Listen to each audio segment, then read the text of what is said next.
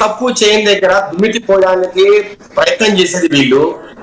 అసలు డిఎస్సీలు ఎవరు నిర్వహిస్తారో, ఏ డిపార్ట్మెంట్ నిర్వహిస్తుందో, ఏ శాఖలో నిర్వహిస్తారో తెలియకుండా ఏపీపీసీలోనే కదా డిఎస్సీ కూడా నిర్వహించేదని అమాయకంగా ముఖం పెట్టే జగన్మోహన్ రెడ్డి గారు సిబిఐ ఎంక్వైరీ అడుగుతూ ఉంటే నవ్వాలో ఏడవాలో తెలియని పరిస్థితి రాష్ట్రపతికి. అసలు ఈయన ముఖ్యమంత్రి ఎలా అయ్యాడు? ఒక పార్టీకి 40% ఓట్లు వచ్చిన పార్టీకి అధినేత ఎలా అయ్యాడు? అసలు ఇంత దారుణమైన పరిస్థితి నిజంగా సార్. ఈయన వారసత్వ రాజకీయాల్లో బయటకు వచ్చాడు, రాజశేఖర రెడ్డి కొడుకుగా పార్టీ పెట్టాడు, దురదృష్టవశాత్తు ఆయన చనిపోతే ఓడ ప్రయత్నం చేశాడు, ప్రజలు రాజశేఖర రెడ్డి కొడుకుని కొంత ఆయన్ని గమనించారు, కొంత సపోర్ట్ చేశారు. చేసిన తర్వాత ఒక పార్టీ పెట్టి ఆ పార్టీని ముందుకు తీసుకెళ్తూ మరి ఇంత అన్యాయంగా ఏమీ తెలియనట్టు అమరావతిలో సీడ్ యాక్సెస్ రోడ్ అని ఎవరో ఒక రైతు చెప్తే, అవునా సీడ్ యాక్సెస్ రోడ్ అంటే అది దాని ప్రత్యేకత ఏంటి, అంటే దాని విస్తీర్ణం పెద్దదా అని అమాయకంగా ముఖం పెట్టి అడిగే జగన్మోహన్ రెడ్డి నిన్న ఏపీపీసీలోనే కదా, పబ్లిక్ సర్వీస్ కమిషన్ లో కదా డిఎస్సీ కూడా నిర్వహించేది అని అడుగుతున్నాడంటే ఇతను ముఖ్యమంత్రిగా పనికొస్తాడా? అసలు ఎమ్మెల్యేగా పనికొస్తాడా? నేను అడుగుతున్నా సార్. 10వ తరగతి చదివిన ఎమ్మెల్యేలు కూడా ఈ రోజు అన్ని తెలుసుకుని మాట్లాడుతున్నారు. మరి ఏం చదువుకున్నాడు? అది ఫస్ట్ క్లాస్ చదివాడా, 10th క్లాస్ చదివాడా, ఇంటర్మీడియట్ చదివాడా, లేదంటే ఏదైనా ఒక డిగ్రీ చదివాడా? మాకైతే తెలియట్లా.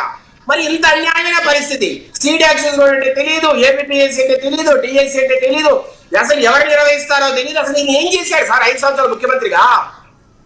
నాకైతే అర్థం కావట్లే సార్. సజ్జల రామకృష్ణారెడ్డి ఎంత ఇబ్బంది పడ్డాడో 5 సంవత్సరాలు ఆ పార్టీని, ఆ గవర్నమెంట్ నెట్టుకురావడానికి ఇప్పుడు అర్థమవుతుంది మాకు. ఎందుకు సజ్జల రామకృష్ణారెడ్డి సకల శాఖ మంత్రిగా ప్రతిసారి ప్రెస్ మీట్ ముందుకు తీసుకెళ్లి ఆయనతో మాట్లాడించారు ఇప్పుడు అర్థమవుతుంది నాకు.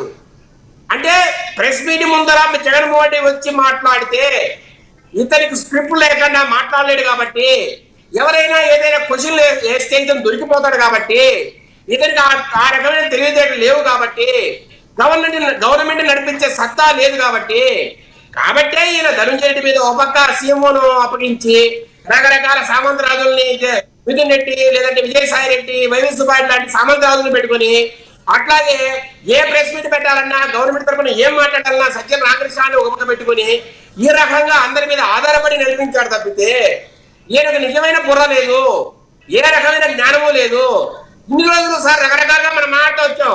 ఈయన బెంగళూరు ప్యాలెస్ నుంచి ఎప్పుడు తాడేపల్లి గురించి ప్రెస్ మీట్ పెట్టినా నలుగురు మేధావులు కూర్చొని స్క్రిప్ట్ రాయించాలా, ఆ స్క్రిప్ట్ చదివేసి వెళ్ళిపోవాలి తప్పితే ఇతనికి సొంత జ్ఞానం లేదని మనం ఏమైతే మాట్లాడామో ఇది వాస్తవం కదా. ఈరోజు ఇలాంటి పరిస్థితుల్లో ఏమీ తెలియకుండా, అసలు డిఎస్సీ ఎవరు నిర్వహిస్తారో తెలియకుండా దాని మీద దుమ్మెత్తిపోసే జగన్మోహన్ రెడ్డి గారిని ఏమన్నారు సార్ ఈ రాష్ట్రపతులు? అసలు దీంట్లో వాస్తవాలు ఏమన్నారు?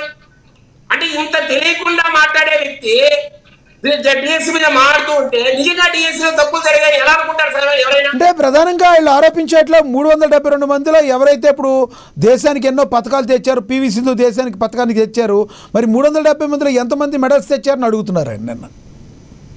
సార్ ఇప్పుడు ఎవరెవరైతే డిఎస్సీలో పాస్ అయ్యారో, ఎవరెవరైతే మెరిట్ లిస్ట్ వచ్చింది సార్, పబ్లిక్ చేశారు. ఇది ఆన్సర్ కీ పబ్లిక్ గా ఆన్లైన్ లో పెట్టారు, మెరిట్ లిస్ట్ ను ఆన్లైన్ లో పెట్టారు.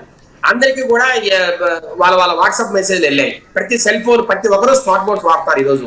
ప్రతి ఒక్కరికి వాళ్ళకు మెసేజ్లు వెళ్ళాయి, రకరకాలుగా ఈమెయిల్స్ వెళ్ళాయి. ఆ తర్వాత సెలక్షన్ లిస్ట్ కూడా దాన్ని కూడా ఆన్లైన్ లో పెట్టారు. అట్లాగే అందరికి కూడా ఈమెయిల్స్ వెళ్ళాయి, అందరికి కూడా వాట్సాప్ వెళ్ళాయి. ఇక తప్పు ఎక్కడ జరిగింది సార్? ఇప్పుడు ఈ 372 మంది ఎవరైతే స్పోర్ట్స్ కథలో వచ్చారో వాళ్ళు కూడా పక్కాగా సర్టిఫికెట్లతోనే వచ్చారు సార్. ఆ రోజు జీవో ఇచ్చాం 2025 ఏప్రిల్లో.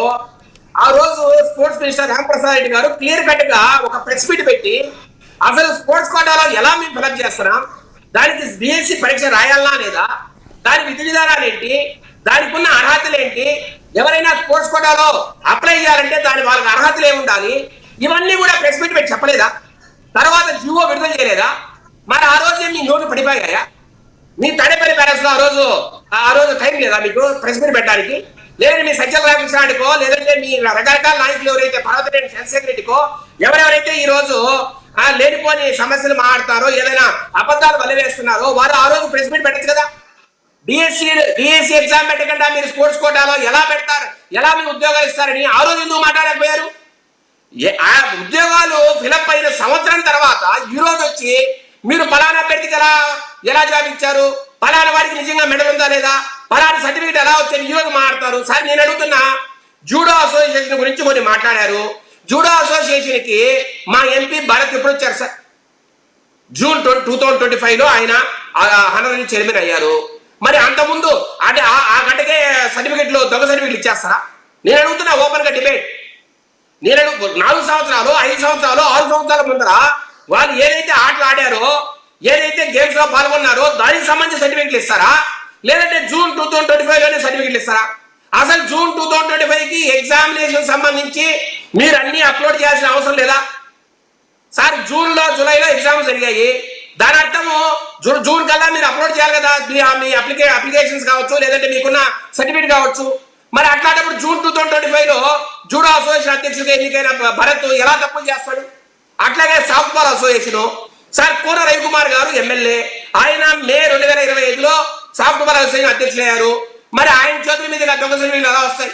నేను అడుగుతున్నా సార్, ఎవరైనా ఒక ఆటలో పాల్గొన్నారంటే నేషనల్ గేమ్స్ లోనో, లేదంటే స్టేట్ గేమ్స్ లోనో, లేకపోతే ఇంటర్ యూనివర్సిటీ గేమ్స్ లో పాల్గొన్నారంటే అది 5 సంవత్సరాల ముందరో, 4 సంవత్సరాల ముందరో, లేదంటే 10 సంవత్సరాల ముందరో పాల్గొని ఆ రోజే వాళ్ళు ఆ సర్టిఫికేట్ తెచ్చుకుంటారు.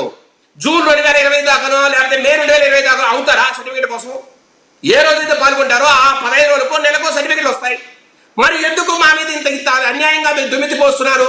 దీంట్లో వాస్తవాలు ఎట్లా ఉన్నాయి సార్? నేను అడుగుతున్నా, మీకు తెలియదా డిఎస్సి ఎగ్జామ్ లేకుండా స్పోర్ట్స్ కోటాలో ఫిలప్ చేస్తామని ఏప్రిల్ 2025లో మీకు తెలియదా సార్? నేను అడుగుతున్నా, డిఎస్సి ఎగ్జామ్ లేకపోతే వాళ్ళు టెట్ పాస్ అయి ఉండాలా, అట్లాగే బిఏ బిఈడినో లేకపోతే ఏదో తత్సమానమైన ఏదైతే ఆ రోజు ప్రొఫెషనల్ క్వాలిఫికేషన్ అవసరమో టీచర్లకు అవన్నీ పాస్ అయ్యే కదా వాళ్ళు రావాలి. మరి అలాంటి పాస్ అయిన వాళ్ళను ఈరోజు స్పోర్ట్స్ కోటా కింద మేము తీసుకొని పీఈడి టీచర్లు గానో లేకపోతే రకరకాల టీచర్లుగా వేస్తే తప్పేముంది? ఒక్క డిఎస్సి ఎగ్జామ్ కదా లేదని చెప్పాం. మరి ఎక్కడ ప్రాబ్లం ఉంది సార్? నేను అడుగుతున్నా, పివి సింధుకి ఇచ్చారు, మరి పివి సింధుకి ఇచ్చినట్టే మిగతా వాళ్ళు ఆటలు ఆడలేదా? అంటే పివి సింధు ఒక రకమో మిగతా వాళ్ళు ఒక రకమా సార్? పివి సింధు ఒలింపిక్ లెవెల్లో ఆడిండొచ్చు, మరి టీచర్లు ఎవరైతే వచ్చారో వాళ్ళు స్టేట్ లెవెల్లోనో, నేషనల్ లెవెల్లోనో, లేదంటే ఇంటర్ యూనివర్సిటీ లెవెల్లో ఆడలేదా? అంటే ఆ ఆటలకి అంత వాల్యూ లేదా? మీరు అన్నట్టు సార్ కొంతమంది మాట్లాడతారు, పివి సింధు ఉద్యోగం చేయట్లేదు, ఆమెకు గౌరవప్రదంగా ఒక జాబ్ ఇచ్చారని. ఉద్యోగం చేయమనంటే ఎవరు తట్టున్నాము అంటే గౌరవప్రదంగా జాబులు ఇస్తారా? ఉద్యోగం చేయమనే కదా జాబులు ఇస్తాం. అంటే ఏ రోజు వరకు అయితే ఆ ఆటలు ఆడుతూ ఉంటుందో ఆ రోజు వరకు ఆమె బిజీగా ఉంటుంది కాబట్టి ఆమె ఉద్యోగం చేయదు, తర్వాత వచ్చి చేస్తారేమో. ఇక్కడేంటి స్పోర్ట్స్ కోటాలు ఎవరికైతే ఇచ్చామో వాళ్ళు ఇప్పుడు కూడా ఆటలు ఆడుతూ ఉంటారు. ఎప్పుడైతే ఆటలు వాళ్ళకి లేవో అప్పుడు వచ్చి ఉద్యోగాలు చేస్తారు, ఆటలు ఉన్నప్పుడు సెలవు పెడతారు. ఈ రకంగా సార్ పివి సింధుకు ఒక రకంగా ఇంకో రకంగా ఎందుకు మాట్లాడతారు మీరు? అంటే పివి సింధు ఒకటేనా, మిగతా ఎవరికి జాబులు లేదా? ఈ మధ్య కాలంలో ఈ దేశంలో కానీ ఈ రాష్ట్రంలో కానీ ఎంతో మంది స్పోర్ట్స్ పర్సన్ కి జాబులు ఇచ్చే దాఖలాలు లేవా? గ్రూప్ 1 జాబులే ఇస్తున్నామండి, డిఎస్సీలు ఇచ్చినంత. సో ఒక టీచరు బిఏబిడినో ఎంఏబిడినో చదివితే అతను మ్యాథ్సో సైన్సో చదువు చెప్పలేడా? డిఎస్సీ ఎగ్జామ్ పాస్ అయితేనే చదువు చెప్తాడా? లేదంటే